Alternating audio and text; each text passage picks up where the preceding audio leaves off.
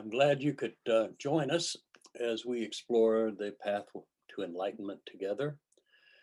As we begin, I'd like us to meditate upon a couple of songs while we're waiting for people to come on board. Also kind of sets the tone for the evening. So let's meditate to an album that is one of my favorites. It's called Samurai, and it actually features my teacher's voice on it. It's really kind of cool. So here we go.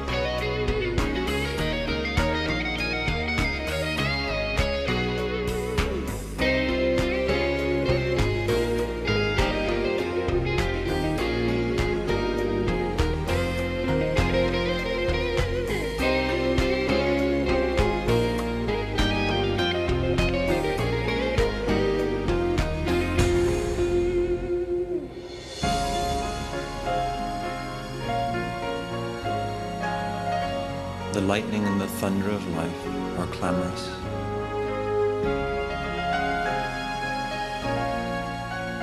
Beyond them is the stillness of perfect light and enlightenment.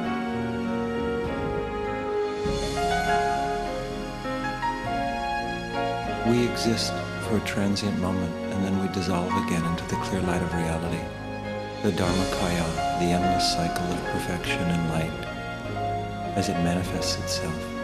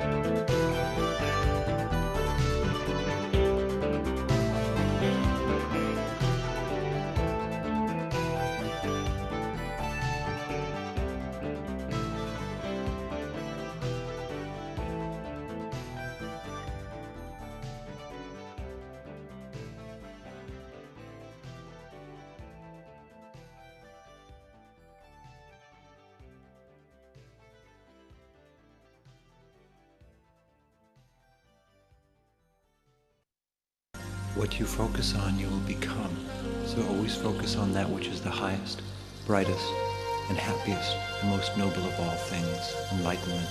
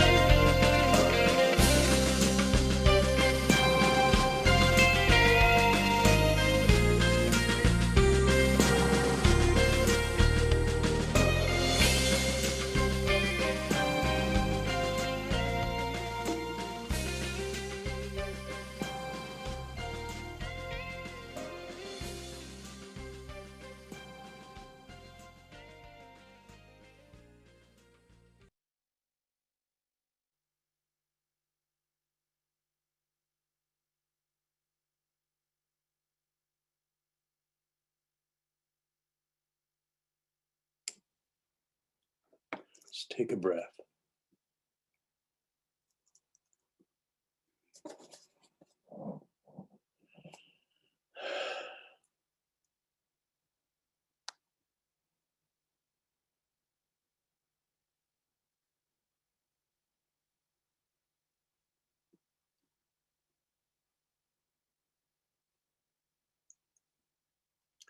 it's going to be okay.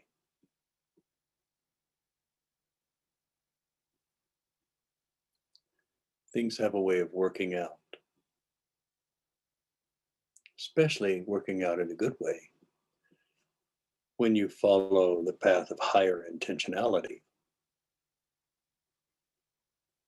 When you set your intentions upon the highest and the best.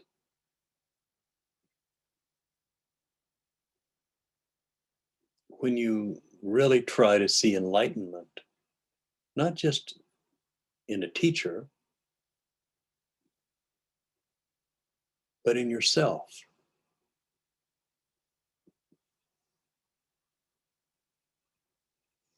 Ramakrishna said that it's always darkest at the base of the lantern.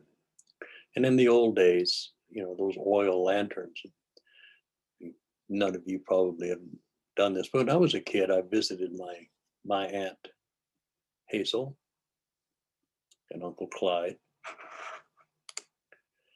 And they lived in the backwoods of New Mexico, and their home had no electricity. So they had oil lanterns. And they'd light those up at night, and they would light up the room.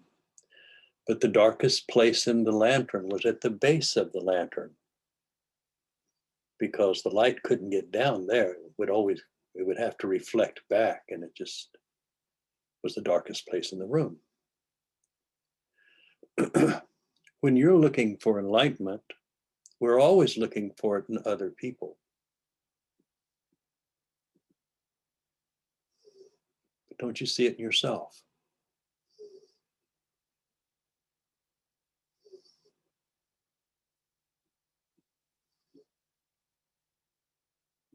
All of you are a guru. Your life is your message. You can align your message with some sort of religion or philosophy, but who you are and what you are speaks much louder.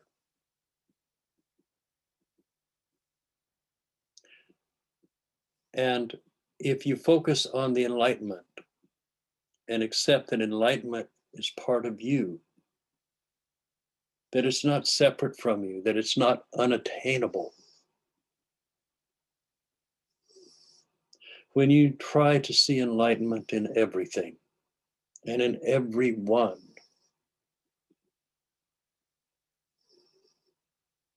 life becomes amazing. You find yourself in the world, but you're not caught up in it. You're not of it. You have transcended in your consciousness.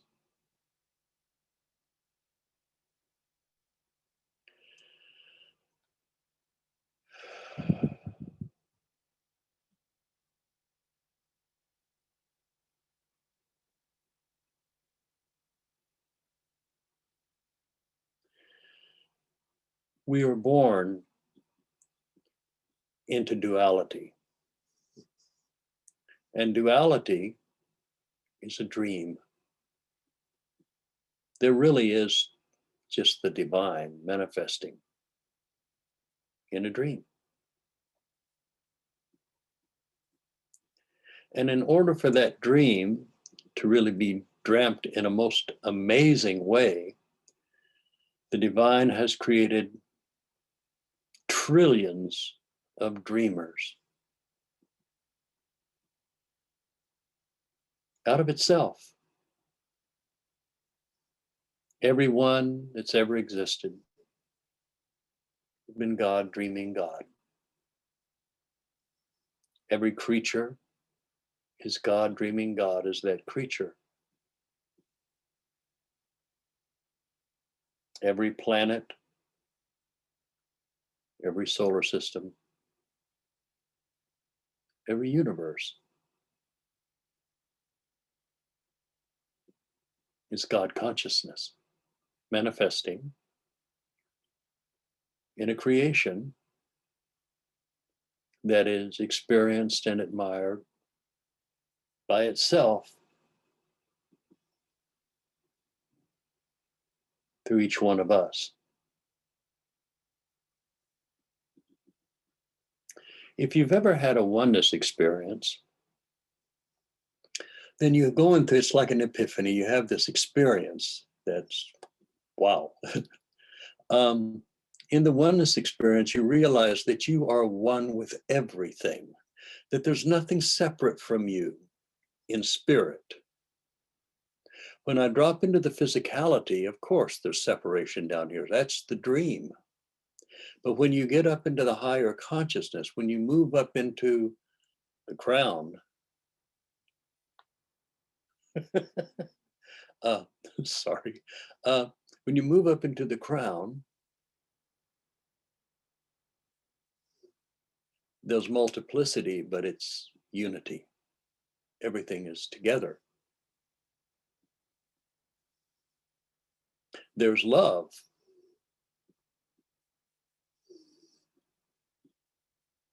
But what seems to be absent in that is anger and hatred, selfishness. Those are lower intentions. They're found in the lower chakras. When we get up here in the upper, in the oneness, you realize that every atom in this universe is not separate from God consciousness. And you are not separate from God consciousness. And neither is anything in creation separate from God consciousness. It's only in our mind, how we see things, that create conflict and duality, all of those things. Our body is really quite amazing. The body itself, the physical body, is a miracle beyond comprehension almost. I say almost because I think maybe one day somebody will comprehend what the body is, but wow, what I've seen of it, it takes a little bit more CPU to understand that than I have as a human being. But when I transcend the human consciousness, there's oneness. There's just God.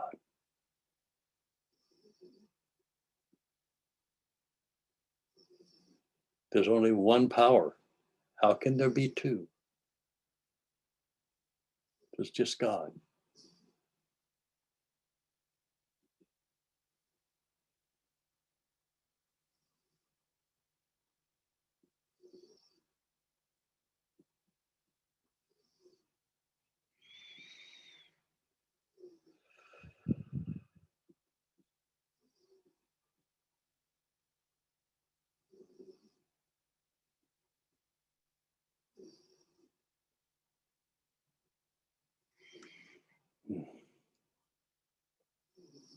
So basically, when you incarnate into the body, your soul, this is my opinion, okay? It's pretty silly. When you incarnate, in my view, your soul enters into the physical temple through the soft spot in the top of the head. When you exit, you go out that way. But between that entrance and that exit, your soul is anchored firmly into the root chakra at the base of the spine. The root chakra is all about survival, all about survival. It has no concept of spirituality. It just doesn't even enter its consciousness. It is complete delusion, based completely upon duality and all that that's involved with and entails. And as you move up through the various chakras up to the heart, you go through the second chakra, the third chakra, all your sexuality, all of your power that you use in the world, your manipulation, your control issues, your need to dominate, and you're very susceptible to fear and using fear to manipulate and dominate others. From the heart down is the earth. Love is found in the heart, but the love in the lower heart, from the mid-heart down, is earthly love. This love is very conditional. It says, I will love you as long as you don't humiliate and abuse me. I will love you as long as you respect me. I love you as long as you tell me nice things. And if you don't, then that love can die or fade away and be replaced by love for something else.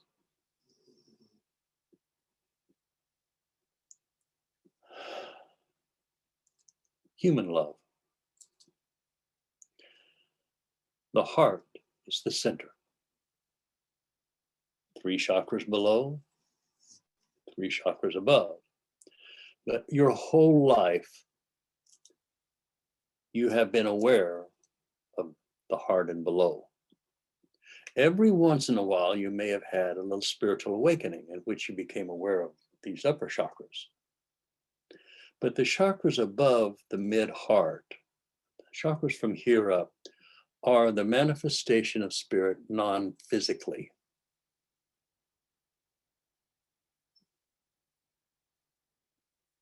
It's your spiritual nature.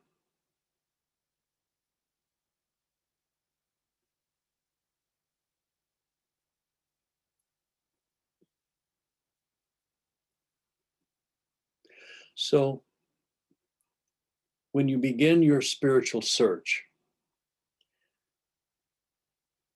we start having you focus on your heart, and then we move up to the next chakra, which is your throat. This is your divine will. This is your intention. This is your will. And we focus on the third eye, which is our view into the higher dimensions. It's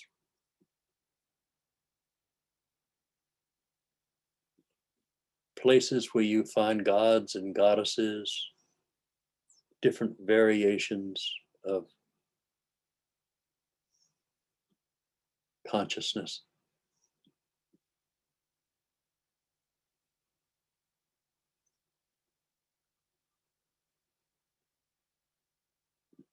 And you think that's it, that's the best.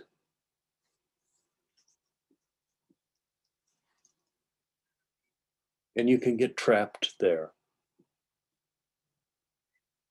because there's one other consciousness, there's one other chakra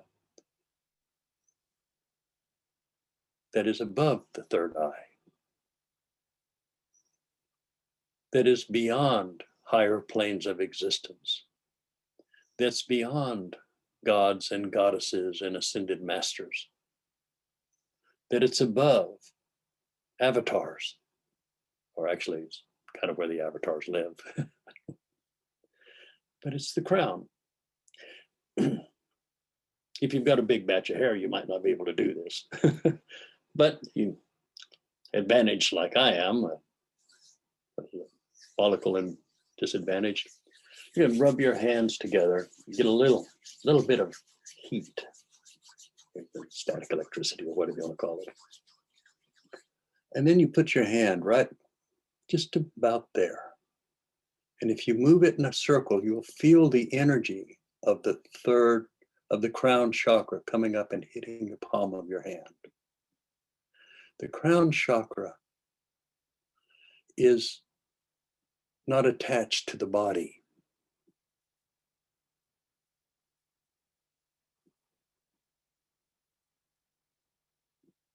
It is beyond physicality.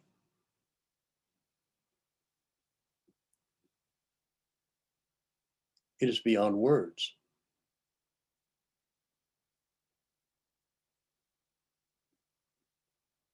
We use words to talk about it, like a samadhi or nirvana, But these are just words. You can't really talk about it because there's nothing to talk about. There's no thing there. There's just oneness. But it's an exquisite oneness that involves and gathers in all of creation unto itself.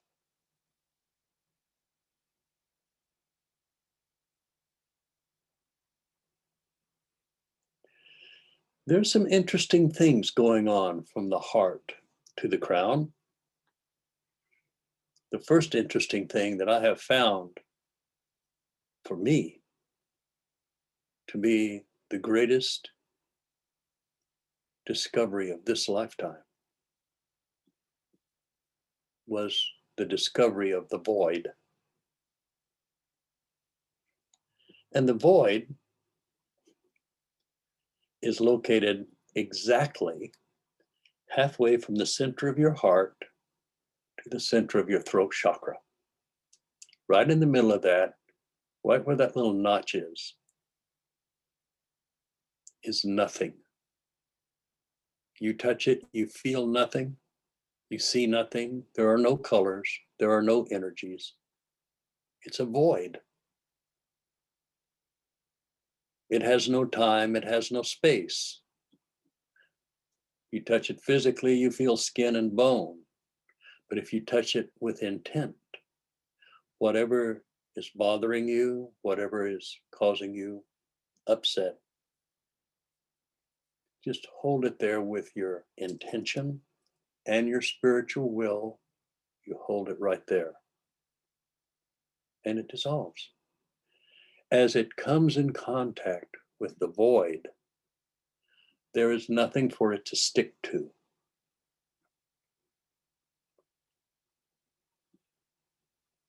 It's nothing, remember? No thing. No time, no space, no feeling, no light, no power, no neutrality. It is a void.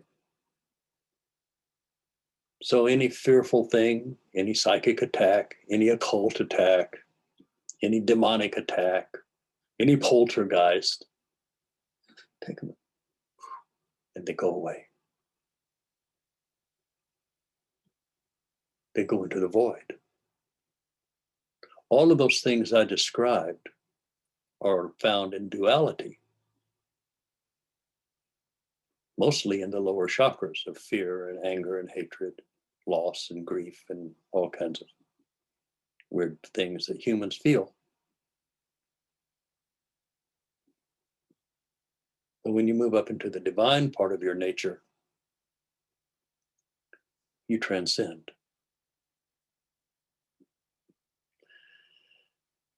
So this is the dissolution of all negativity back into love. Love below the heart is conditional. Love in the middle of the heart is mostly unconditional. It's called the guru heart or the grandmother heart, whichever one you want to call it. But it's unconditional love, but it wants you to improve. And this is where most spiritual teachers reside. They love you unconditionally, but they want you to improve.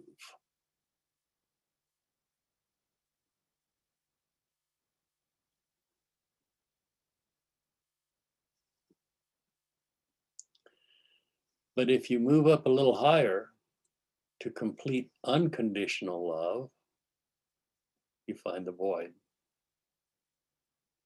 Here, there's only love and nothing else.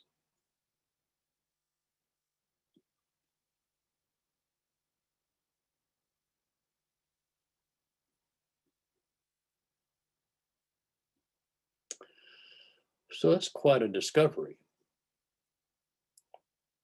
The other thing that's interesting about the chakras here is halfway between the center, which is your heart, and your crown is this chakra.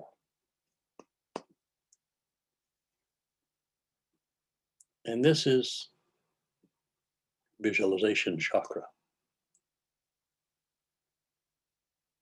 This is when in meditation you don't use any thoughts, you just use your intention and your will, but you set that intention and your will here. It's like you're observing yourself from this spot, and you're opening your heart and you're setting your intention on the divine and on ground. So from here, you're focusing here, here, here, here. These are chakras that you're opening up. This is the divine pathway. So as you set your intention on the heart, realize that it's important for me to set my spiritual intention here. And then I use my will to hold that intention in place, hold it in place as I focus simultaneously on the third eye,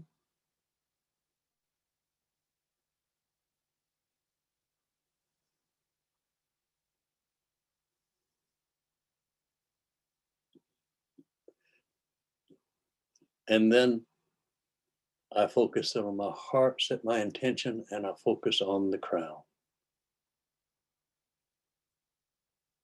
And several things can happen. One is you may feel a rush of energy. For me, it's like a warm spring of golden oil, maybe. And it just comes up as I set my will and my intention, and I hold it here, and it gets to the third eye, and it kind of goes out into all of these dimensions forever, forever, forever. And then as I focus on the crown, it washes back like some waves coming in and splashing together.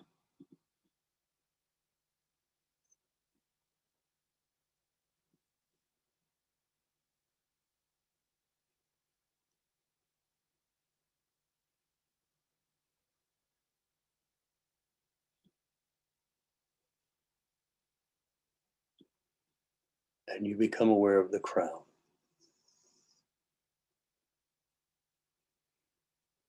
which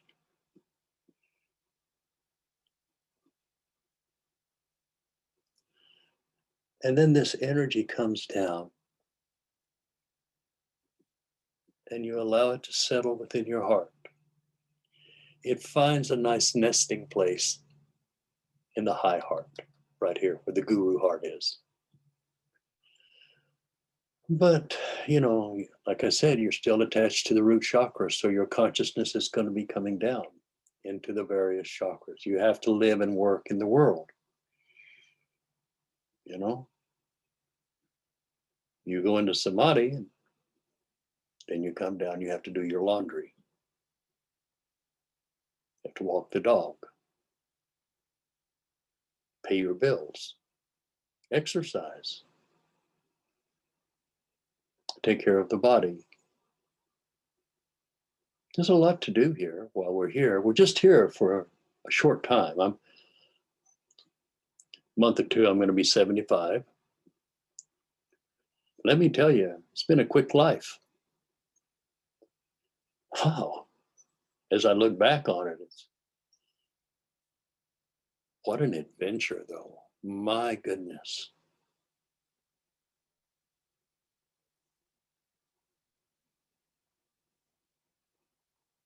And it just gets better. Yep, just gets better.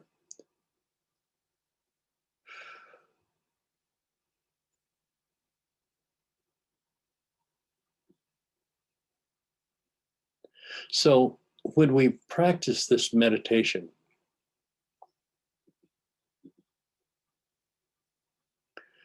your will and your intention is set upon enlightenment.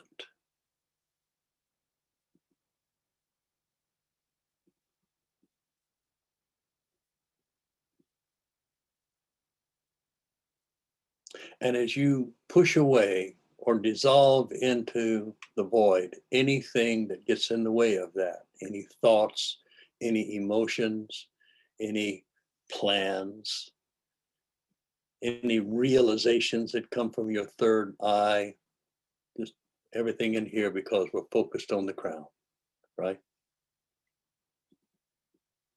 Remember, when you're doing it right, it goes.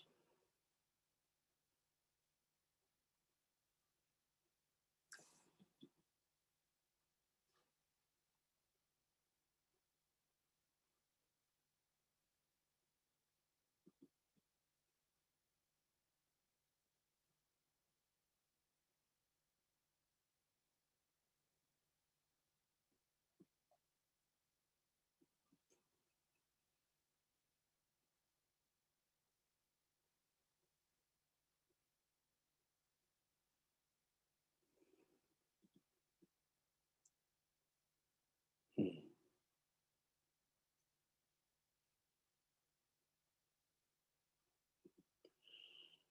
And you realize that you're made of God's stuff,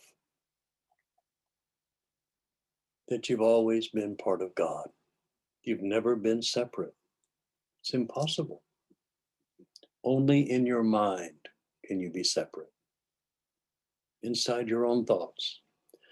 I've always thought it was fascinating that human beings can be so stubborn when it comes to enlightenment. It's hard for me to understand how a person can stand over an overlook and look down into a valley below and see the rivers, the trees, and the birds, and the beautiful mountains, puffy clouds, standing on top of earth that is literally pushing life up out of the soil in the form of grass, other plants, and see all of this around them and say, I don't believe in spirit. I don't believe in a creator. I find that fascinating. Wow.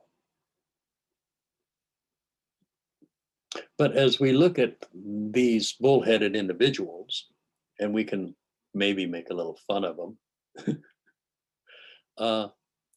we really have to turn the mirror on ourselves and say, as I'm looking at them and judging them, what part of me doesn't accept enlightenment?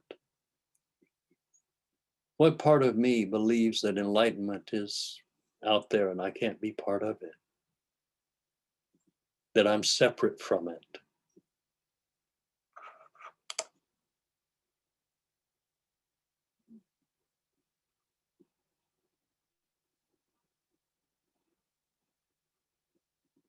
You're never separate from God. You never have been.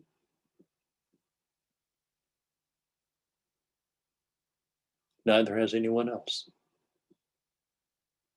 We take this creative energy, this beautiful, beautiful creative energy, and we bring it down into our world of duality. And down here is where the problems start. Down here in duality is where we have higher and lower and more advanced and less advanced and good and evil and all of that other stuff. It exists from the heart down. And we've lived there most of our life. We're always going to live there as long as you have a body. So the trick is not to get rid of that. You're going to get rid of it soon enough as it is.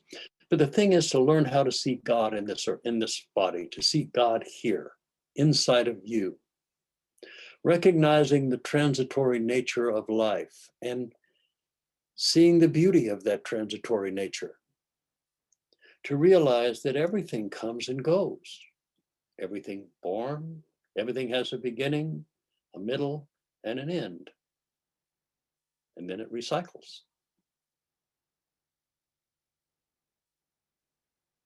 The river doesn't return to the mountains, it comes from the mountains. But where did the river come from? The ocean, right? The water evaporated, came part of rain, clouds went over the land, hit the mountains, atmospheric pressure changed, the water has dropped, river again. It's a cycle of life.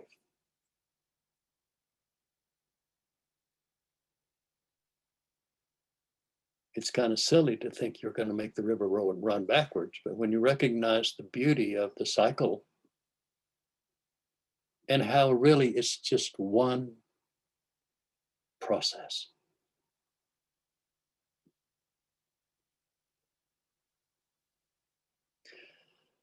Oh, gosh, a lot of talk about nothing, huh? So I would invite you this week to set aside, if you haven't been, to set aside 15 minutes in the morning before breakfast. You don't hurt you to get up 15 minutes early, 20 minutes early, so you can meditate for 15, or 25 minutes early, meditate for 20. 20 is the best number, but when you're beginning, maybe 15 is good. But for 15 minutes,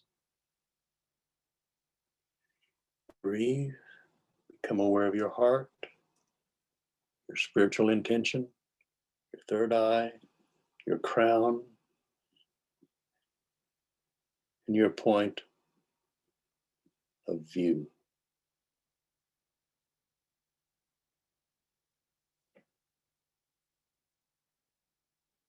And open, set, experience, release.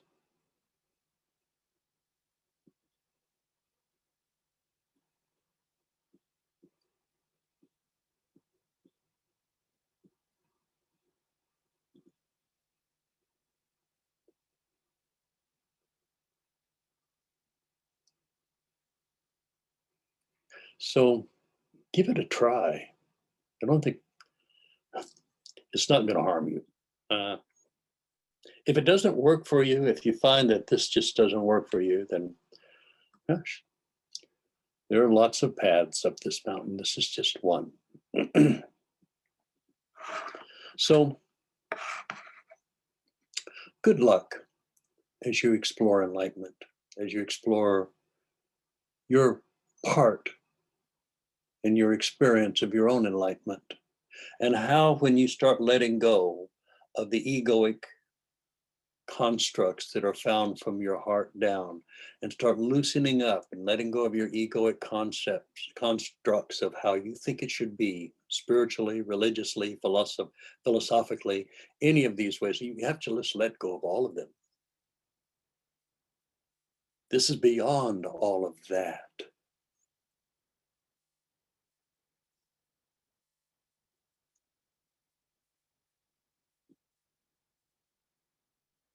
It is all of that, but it is none of that.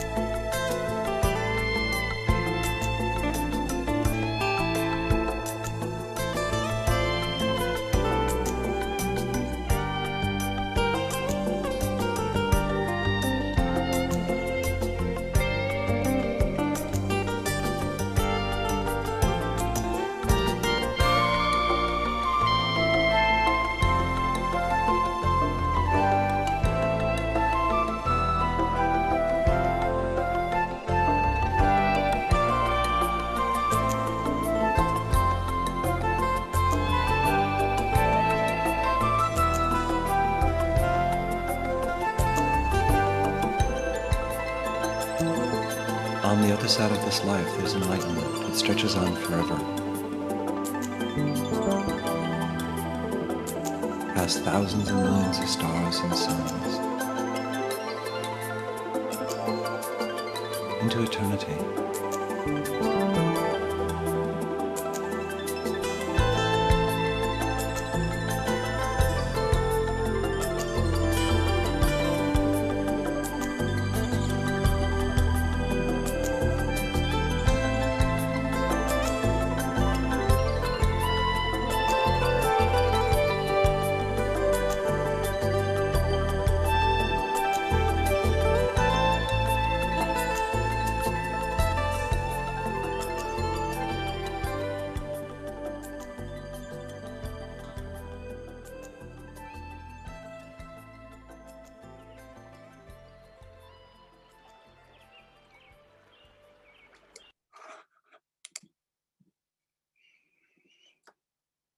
Have a good week. Namaste.